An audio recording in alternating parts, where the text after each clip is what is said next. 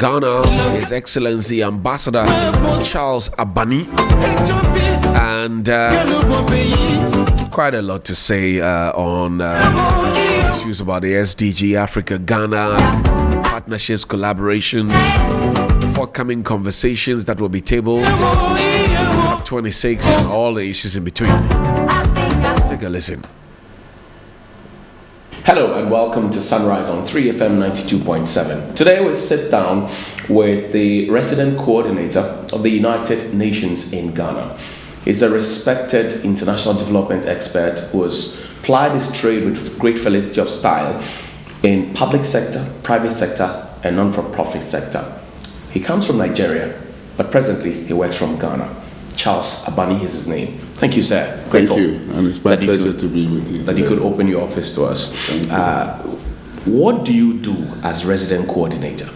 That's a very interesting job. So my job really is to coordinate the efforts of the 25 agencies who have offices in Ghana and another 25 initiatives that don't have offices in Ghana but impact Ghana, right, to ensure that all of that effort is geared towards supporting Ghana to achieve its own development ambitions and of course the Sustainable Development Goals and Agenda 2063. Do you get a sense that Ghanaians, for as long as you've worked here, have an appreciation of what the United Nations is supposed to do and what indeed you're doing? I think it's always mixed, particularly from where I sit. I sit a bit farther away from the implementation and frontline. I think if you ask communities where UN projects have a very specific impact on the ground, right, you will unanimously and I think unfailingly hear a very positive story. Whether this is in the area of economic development, or it's in the area of access to services, or it's in the area of keeping the peace. I think at the national level, we know globally that the COVID-19 pandemic caused a lot of havoc. And I think the role of the United Nations and multilateralism in addressing that pandemic is unquestionable. And that the United Nations here, particularly WHO and UNICEF, played quite a strong role. Including the COVAX facility, which was actually a conglomeration of different actors.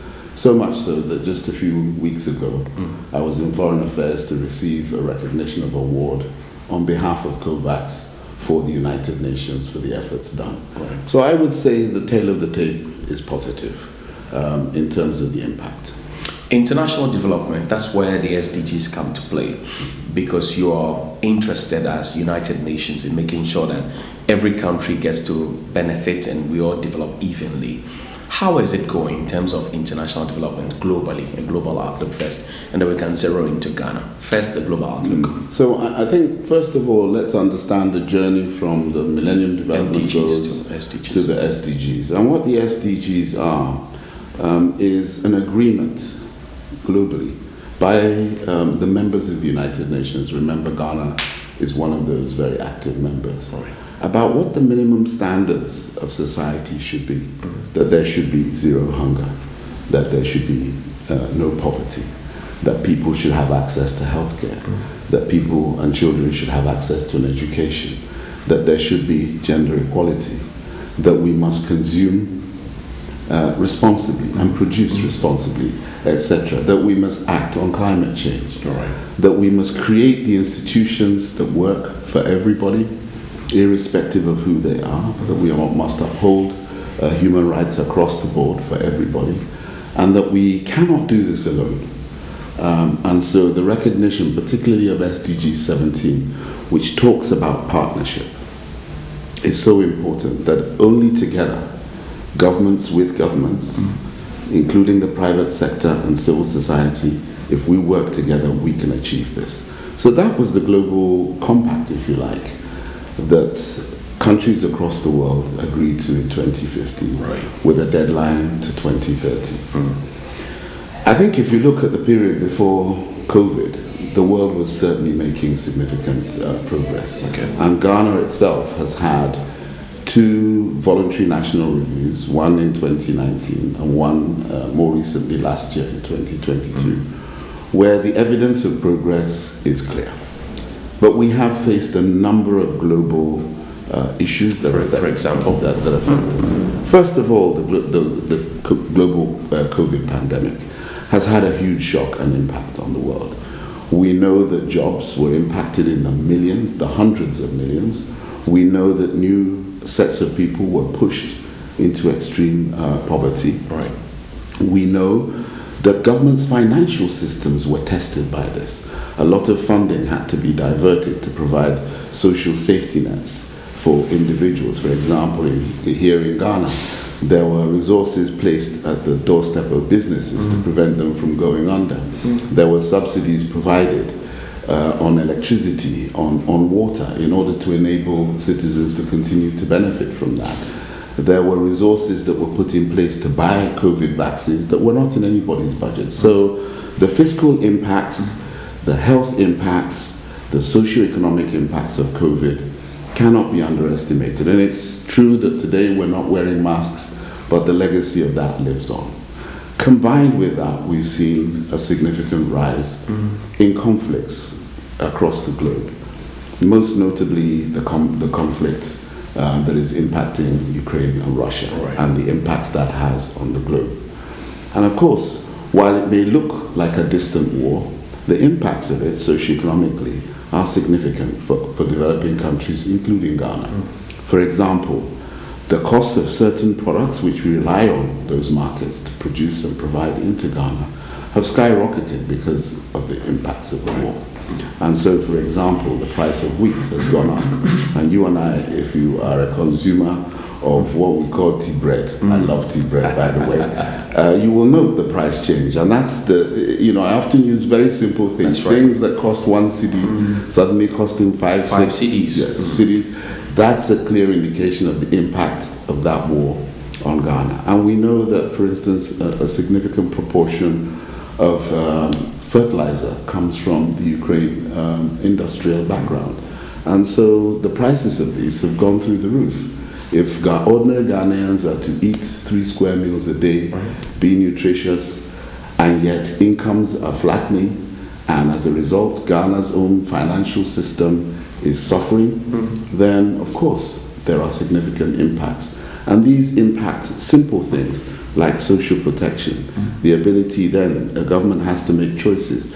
Do we provide free education or do we meet basic salaries? And so as resources dwindle, choices have to be made. So significantly, these have affected the achievement of the SDGs. On top of that, we have been talking about the triple crisis of climate change, environmental degradation, waste and biodiversity loss. And every day we see those impacts happening globally. And increasingly, resources need to be put in place to address these. And unless this happens, we are significantly off track on a number of the Sustainable Development Goals. And so much as we agreed this in 2015, and we could have been telling a story of progress by 2019, early 2020, indeed, as with Ghana's own economy, if you look at the globe, we have seen a downturn, we have seen a rise in inflation, we have seen a rise in inequality, we have seen particularly women and children continue to suffer and bear the brunt. We have seen more global conflicts and crises across this sub-region and across the areas that affect us and globally. And so undoubtedly this is having an impact on the achievement. Does it look like because of these things we're then going to have to review the 2030 achievement date, because we're in 2023, 7 years shy of the 2030 date, and yet we had COVID-19 and all the issues in between that you've mentioned disrupt the progress that had been made, or if you like, slow it down, for want of a better expression. Do you see a review coming up? So, of course, this year is really important. In September this year, we will be having the mid-SDG review, and Ghana is already preparing in earnest for that. But unlike looking at can we extend the deadline, I think the Secretary General is making a very clear commitment and call. First of all, he's calling for the urgent rescue of the SDGs. if this globe, and indeed all the countries, including Ghana, that make it up, really have that aspiration, then we must act in spite of these crises to redouble efforts in order to make the commitments that are necessary to achieve this. Because really not achieving this is not really an option open to us. On climate change, we already know that if we don't work on the targets that we have agreed, we will see global temperature exceed 1.5 degrees increase. And indeed, even as we speak, just this weekend, meteorological offices have recorded the warmest period average temperature for the globe ever in its history, and that's going back over 300 years of records. So the impacts of climate change are here, so we must act. The impacts of poverty are here. We're not going to say poor people should stay poorer for longer. So actually, Secretary General Guterres is calling for urgent action, and to use the SDG summit in September, when heads of states meet, to really redouble efforts and develop a bold and ambitious plan to cater for the impacts of all of this and to commit to a better world. Do you get the sense that the ordinary people for whom these SDGs were couched for, and no poverty, education, great health, all of that, do you get a sense that they have tapped into it such that the programs and policies that are fashioned around these SDG goals actually scratch them where they itch? So first of all, let's remember that the SDGs are not a separate thing from national development. In fact, the Sustainable Development Goals are embedded in national development plans. And Ghana has a very robust national planning system out of the National Planning Development Commission. And indeed, our own country framework for the achievement of the Sustainable Development Goals is derived from Ghana's own plan. Remember, the UN is here to support Ghana to achieve its ambitions, the Sustainable Development Goals, and importantly for Africa, and there is a dimension here that is African, Agenda 20. So they're supposed to be synchronized. So what we're trying to do is see how does our plan support Ghana, support the SDGs, support Agenda 2063 all together, because really they are all interwoven. If Ghana is to achieve prosperity, it needs African trade. And therefore African trade and the Africa Continental Free Trade Area is an initiative of the Africa Union. Right. So that is essential to achieving that. If we want to see prosperity and we want to see incomes grow and inequality reduced, a sustainable development goal, then not supporting the Agenda 2063 and the Africa Continental Free Trade Area initiative would be kind of inimical. And so the important thing I always say is that people should see national development first, and really how are we working to embed the ideas and the principles of the Sustainable Development Goals, the ideas and the principles of Agenda 2063 into national development plans, and then taking those to the sub-regional level through ECOWAS and the regional level through the Africa Union, and globally through the United Nations. And so recently, for example, the UN and the AU have a very strong compact together on things that are important for Africa. For example, we know that later this year we will have COP28, the Conference of Parties around climate actions. And we know the important things from an African perspective. And I think we have ambitious leadership, including the leadership of Ghana, but also Kenya and other countries, which will be brought together at the Africa Climate Summit in September, ahead of COP28, which will happen in November. Articulating those positions, and we know many of them around Article 6, around loss and damage, around adaptation funding, that the globe needs to respond to. We need to use the SDG conference to really commit to those things, because these things are not beyond us solving. We know that. We need to see, at the recent Paris conference, heads of states in Africa talked about, and the Secretary General talked about a fairer global financial system in which debts in Africa, we find sustainable solutions to that debt. You go to the United States, for example, there's what they call the blueprint for America. You come to Africa, and particularly zero down to Ghana, you talk about the National Development Planning Commission, which has a beautiful plan. But the two major political parties who have governed since 1992, that's the NDC and the NPP, they have always had separate manifestos that often do not sink into what's, in that bigger vision by the National Development Planning Commission. Are there conversations around the big table to have them synchronize their manifestos to tap into the National Development Planning Commission, which would then be sold to the people for us to find the SDGs as being our own creation and not something being handed down? Firstly, we have a development cooperation framework, which we just signed this April. We signed it with the government of Ghana. It's built around the ideas that sit in that plan, which, to my understanding, are developed in a collaborative way by Ghana's public service, in response to what the people are saying are their priorities. So we can talk a bit about that too, in terms of what the outcomes of the voluntary national review are and how we're going to support Ghana to present its position at the SDG summit anyway.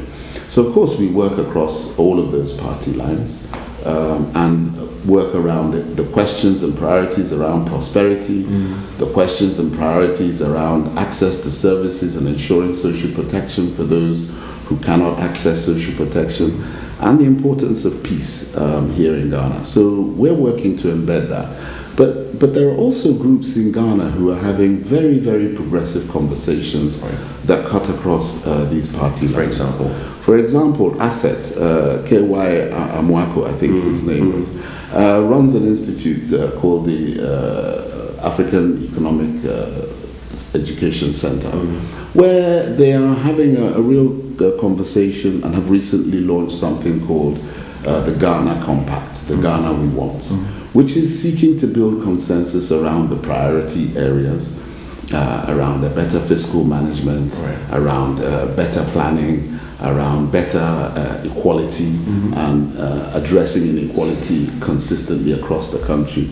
And I think there are efforts. So, very often people look to the UN to say, provide us the guidance. And I often say, look to the country, because when you look in the country, you will often see all the elements pursuing a more just society, where human rights are addressed, where there is consensus around the things we agree about and the priorities we agree about. And I think the last 3 years have been important lessons for everybody, whether you're in the ruling party or you're in the opposition, about what is really important to Ghanaians. A stable macroeconomy, a space within which to thrive, an opportunity to continue to maintain peace, in which no individual, for whatever reason, is discriminated against or attacked, and a good, if you like, persona that enables Ghana project its powerful cultural heritage, attract more cultural tourism to Ghana, and play its role both diplomatically and in all spheres. Remember that as we speak, Ghana sits on the Security Council of the United Nations and plays an important role in ECOWAS and in the African Union. And all of these things are important. And very often, sometimes when the debates around national elections come, they tend to focus more internally on the country. And so I guess my thing would be to say, as those conversations are happening, and the most important ones aren't necessarily the ones we're pushing, it's actually the conversations Ghanaians are pushing. So what is the Ghana that Ghanaians want? And building and putting their momentum behind that. But recognizing, as does SDG 17, that partnership between countries at a global level is necessary to address some of the challenges we face. No one country can resolve climate change without partnership. No one country can resolve these wicked problems around peace and security.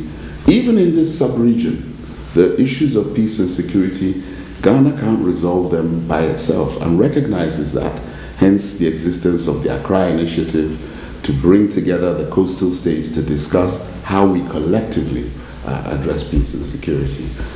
So I guess my statement is really Ghanaians will define their priorities and we will work to support them. And in addition, Ghanaians must understand that just the priorities inside Ghana are necessary but insufficient, because many of the challenges don't simply stop at the borders of Ghana. They extend beyond the borders, as the three shocks we just talked about.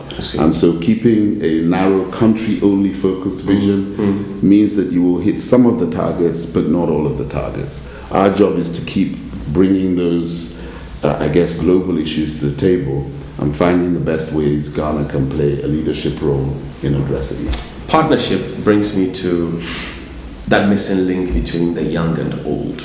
You have a lot of young, bold, enthusiastic people in this country who are looking at becoming the next Kofi Annan. What path should they be traveling in order to be able to achieve that? If they don't hit a Kofi Annan status, they perhaps will be working within the diplomatic circles to be contributing both from within and without their quota to national development. So first of all, let's before we even get to kind of like the future Kofi Annan's great man that he was, let's just speak about young people in Ghana and on the continent.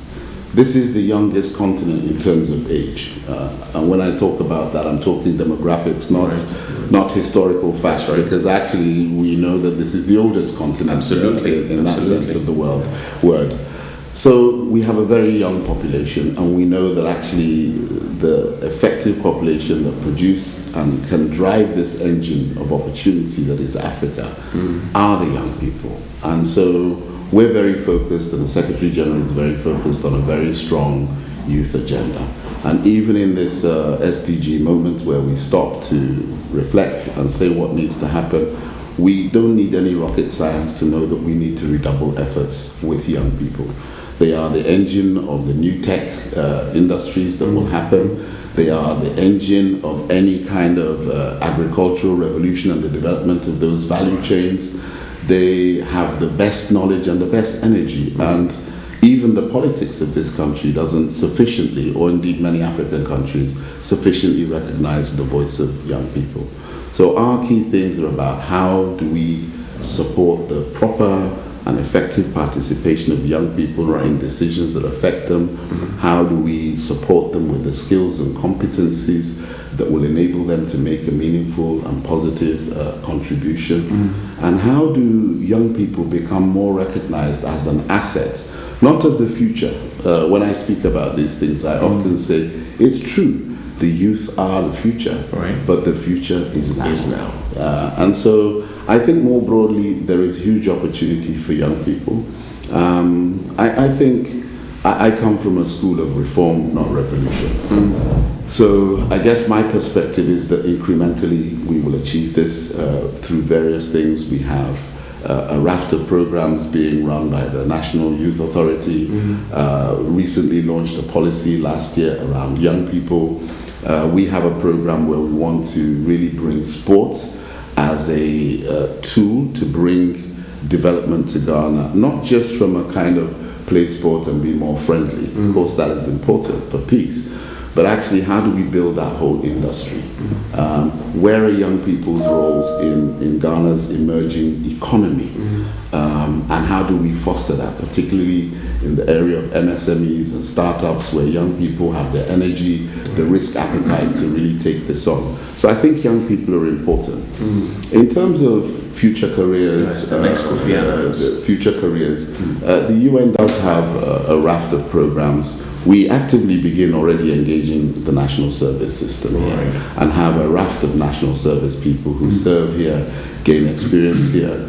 And I would say a healthy number of them find their way into the UN system as a result of that. We also have UNFPA's YOLE program, which is the leadership program, which again offers cohorts of people who apply and join the opportunity to experience a range of different dimensions of the UN system, and they gain experience through that and often find roles within the UN and also within embassies. Remember, my WhatsApp status says it's all about the journey, and if you look at my career, I have not stayed in one place. Right. In fact, there is an African saying that you cannot understand the masquerade by standing in one place. You have to move. Right. And so we hope that we're already providing some of these opportunities through the different initiatives, through the work that we do to ensure youth representation on climate change, on disability, on gender equality, on all the issues that we provide, that we're providing those platforms for future leaders to emerge and the opportunities for work that will enable them to gain the experience. And I keep emphasizing that experience needs to be holistic, right. not just a UN experience, because I think multiple experiences are valuable then and they can achieve high impact. Ghana has already a long history with the UN and a number of areas where it is, if you like, a number one. Biggest supplier on this continent, number 7 globally on peacekeepers, and in fact will host the first peacekeeping ministerial to ever hold on this continent in December of this year.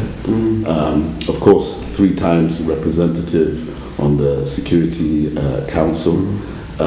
In fact, last week we were congratulating Shraj. Second time it will hold the chairship of the African institutions of human rights across the continent. So I think the number of firsts for Ghanaians are many, including, of course, a Secretary General. So I'm sure that over the course of time, that will come again. Do you see Ghana still as being the gateway to Africa? So I think, again, for me, I think one of the things we need is many gateways. So I'm a person who believes that for the whole continent to really progress, we need multiple gateways. We need gateways in Southern Africa, in East Africa, in West Africa to enable the continent to progress. And perhaps more collaboration, less competition, to be the gateway, because I think the gateway will create the logistical bottlenecks that come with being the single entry point.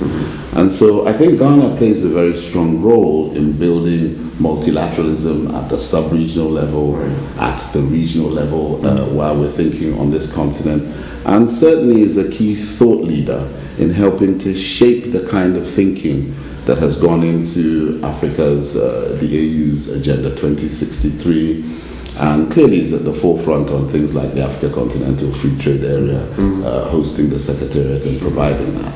So I think Ghana is in a great place, showing what can happen around tourism, particularly using the not so positive legacy of the past to bring back a host of Africans who are in diaspora generationally and intergenerationally to come back to the continent. So I think Ghana is playing its leadership role. I think from time to time we often are more concerned with are we in the lead as opposed to are we playing our role. And I think Ghana is doing that. And that takes me to the Continental Free Trade Area. We're hosting their headquarters here in Ghana. Do you firmly believe that Africa is interested in trading with itself? I ask this because most of the raw materials that are from Africa, I mean the richest continent in terms of natural resources, are taken outside Africa. And it baffles my mind how we cannot trade with each other. The setup is here, but for example, how much are governments in Africa committing to, say, agriculture in order for the countries to be, first of all, self-sufficient and then also to export beyond the continent into other places? Do you get a sense that Africans are ready to trade? I think the existence of the Africa Continental Free Trade Area initiative is evidence, if you needed any, that Africans understand this and are committed to trying to achieve this. That road is not an instant road. We already work within a global trading system and a global exchange system. And so creating this new one will have teething issues. I think that there are lots of positives. A couple of weeks ago, we had a Frexim Bank here in Ghana, and African continental trade was central to the agenda there. We have networks of private sector actors actors, initiated here from Ghana, the Africa Prosperity Network, which is beginning to connect businesses very effectively. And of course, there are a raft of existing laws that sit at continental level, at country level, that need to be shifted gradually. A number of UN agencies are making all the efforts that are required. For example, UNCTAD, UNDP, a range of different players operating to ensure that effectively we will get there. So I think, first of all, we should commit to the idea, because I think it's absolutely imperative that we trade better. Right. We have to improve our value addition in the value chain in order to reap a higher return and become equally an exporter of finished products, not just an exporter of raw materials and an importer of finished products. And I think once we take that as a given premise, then the question is how we work over the next 5 to 10 years to achieve that in meaningful ways, from across agriculture, through the different light industry areas, and across even manufacturing and heavy manufacturing. I think this is possible, and this is where I think collaboration across the continent, and we see strong signs of it, is far, far more important than the national competitiveness to be first. Let's take a continental view. So while we wear our Ghana hats, you know, I'm from Nigeria, wear our Nigeria hats, and wear our Kenyan hats and our South African hats, we must also then say, how do we all get better? So, for example, how does Ghana give salt to Nigeria to refine its oil? We are next door neighbors, but that is not happening. And these are the kinds of collaborations that are necessary. How do we break down the barriers sufficiently? How do we use our ability to have currency switching that doesn't mean we lose money, transferring our money first to US dollars? The Africa Continental Free Trade Initiative is addressing these kinds of things. How do we create freedom of movement between people? Because it's not just goods and services, it's also people. In fact, interestingly, when IOM, one of the UN agencies here that works on migration, talks about migration, we often think of migration to Europe, but the highest amount of migration happening in this sub-region is actually between countries. Ghanaians traveling, Burkinabes traveling, Nigerians traveling across the subcontinent, largely for business and livelihoods. And it's how do we make that work for us? Rather than not work for us. And so, again, the whole idea of an economic bloc, and we know the successes of the European Union, that if you come together, you can achieve more. That's the ambition. And of course, we're not all at the same place when we come together. And there will be suspicions by smaller ones. Will I get dominated? Those are the conversations. Do we, for example, start with a single currency? Yeah. Well, and these are the debates. We have a different history. We have a trajectory of difference around different kinds of currency based on the historical legacies of the colonial era. Being able to discuss this, agree this in ways that work for all the economies, these are the tough challenges ahead of our leadership. And this is really where we would be saying the UN needs to bring expertise to support this kind of thinking. But all of the countries need to produce the leadership, because really the future of this country, this subcontinent, this continent will rely on its leaders, not on the UN. And in fact, the shape of the globe, there is a huge opportunity for Africa's vision to drive how that changes for better equity for the continent.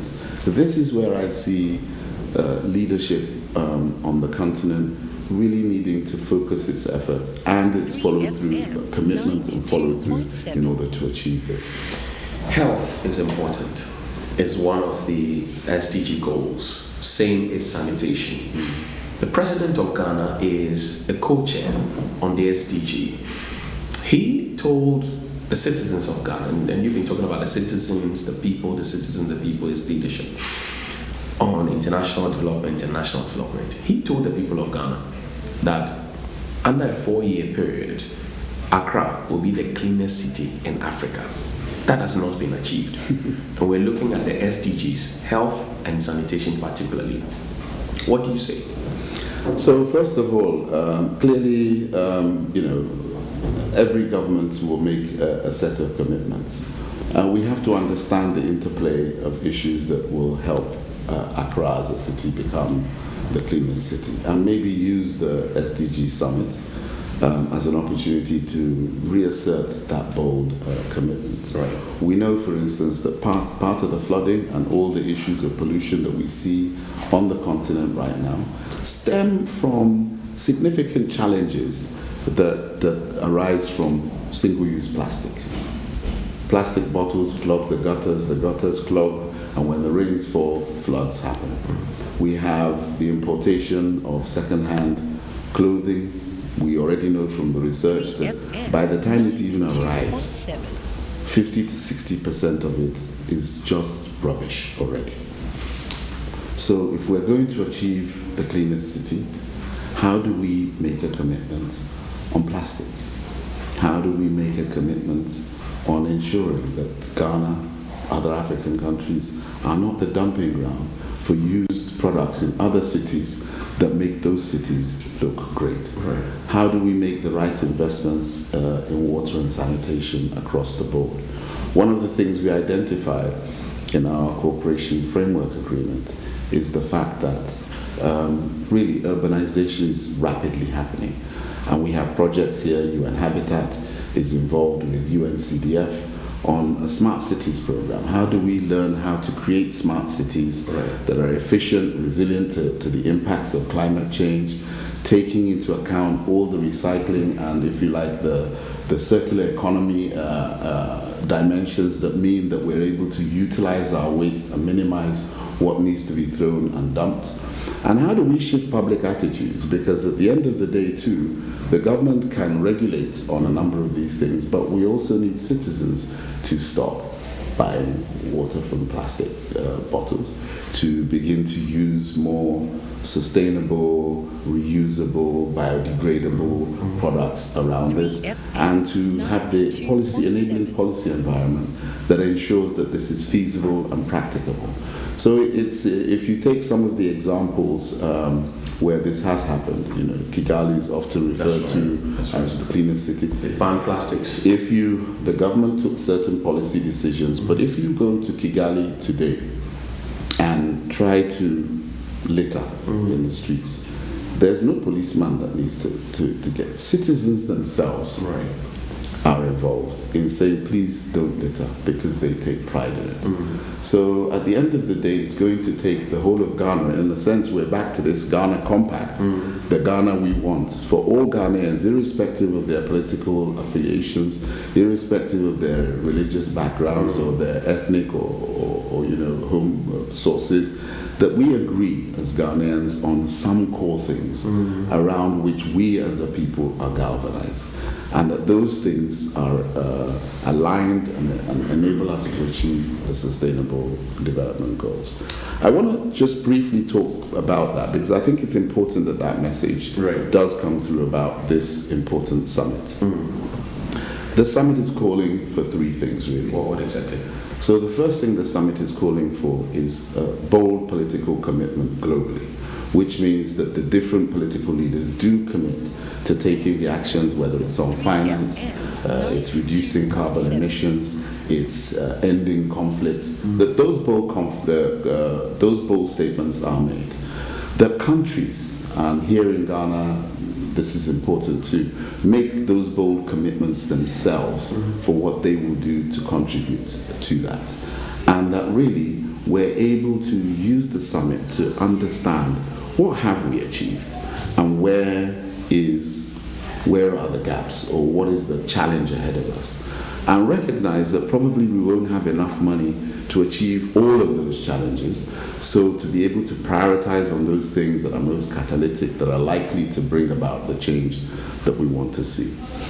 Here in Ghana, we are working with National Planning Development Commission, Ministry of Finance, and Foreign Affairs, and a raft of government agencies to come up with that plan. And as we speak, Even this week, NDPC will be convening meetings to bring multi-stakeholders together to discuss that report, to discuss how we will measure progress using the significant data that Ghana now has in the various areas, building on the voluntary national review of 2022 and some of the gaps identified there, but also looking at the world since, as it keeps changing dynamically, to craft not just a message of where progress is and use that nationally in Ghana to direct investments more strategically, but also to influence the globe about what is important for Ghana and for the continent.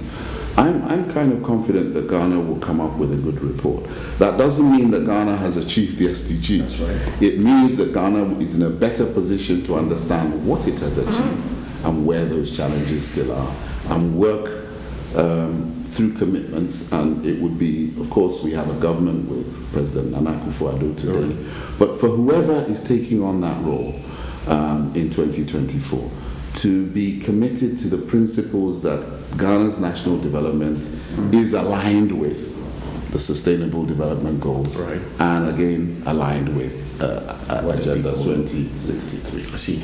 Wrapping up, Your Excellency, what will be your closing thoughts? Well, I think the world is at a difficult time, and extraordinary times call for extraordinary action.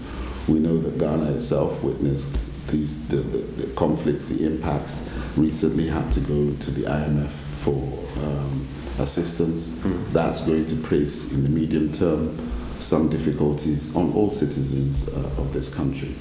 So our work here, and we're investing in excess of $500 million over the next 3 years in various different sectors through all the agencies and more that you see on this card behind here, that we're focusing those efforts not just on anything and everything, but the things that are most likely to have a good knock-on effect on that overall trajectory that Ghana says we want to be a wiser nation, a more prosperous nation. And the UN stands here to be able to support that, and to provide policy advice, to provide technical assistance, to provide a raft of advice across all the issues, from human rights, women's rights, gender equality, to technical areas about energy, just energy transitions and what that means for Ghana, to industrialization. We have the raft of agencies, to financing, to all the issues. We have the raft of agencies who have the expertise to use that. So I say to Ghana, use the UN agencies and the expertise that sits there, but also don't be afraid to say what you need from the UN, so the UN can provide that. And recognize that Ghana is already on a very strong pathway towards middle income status, but it cannot achieve this alone. And so it must work in partnerships, not just within the country, across civil society, the private sector and government, but it must work sub-regionally. And increasingly, it needs to spend its resources judiciously and on the things that will bring the highest impact to the most number of Ghanaians.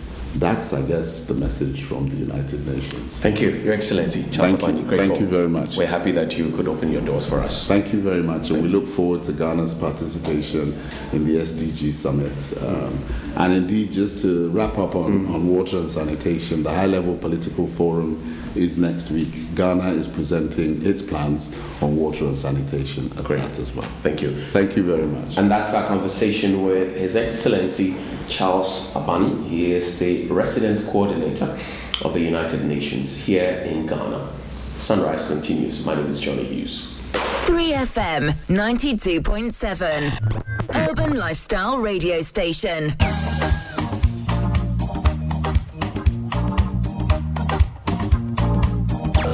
3FM Sunrise.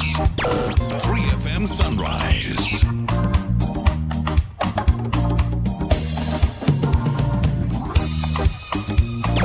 3FM Sunrise.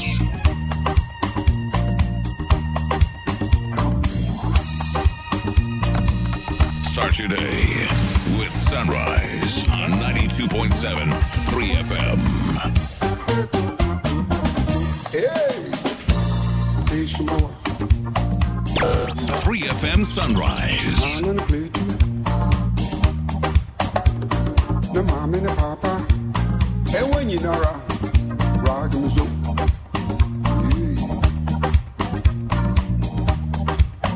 Everyone of you want I let me say 3FM Sunrise. I let me say, yeah. I let me say, mama, yeah, pasa. 3FM Sunrise. Yeah. I let me say, mama, yeah, pasa. This man,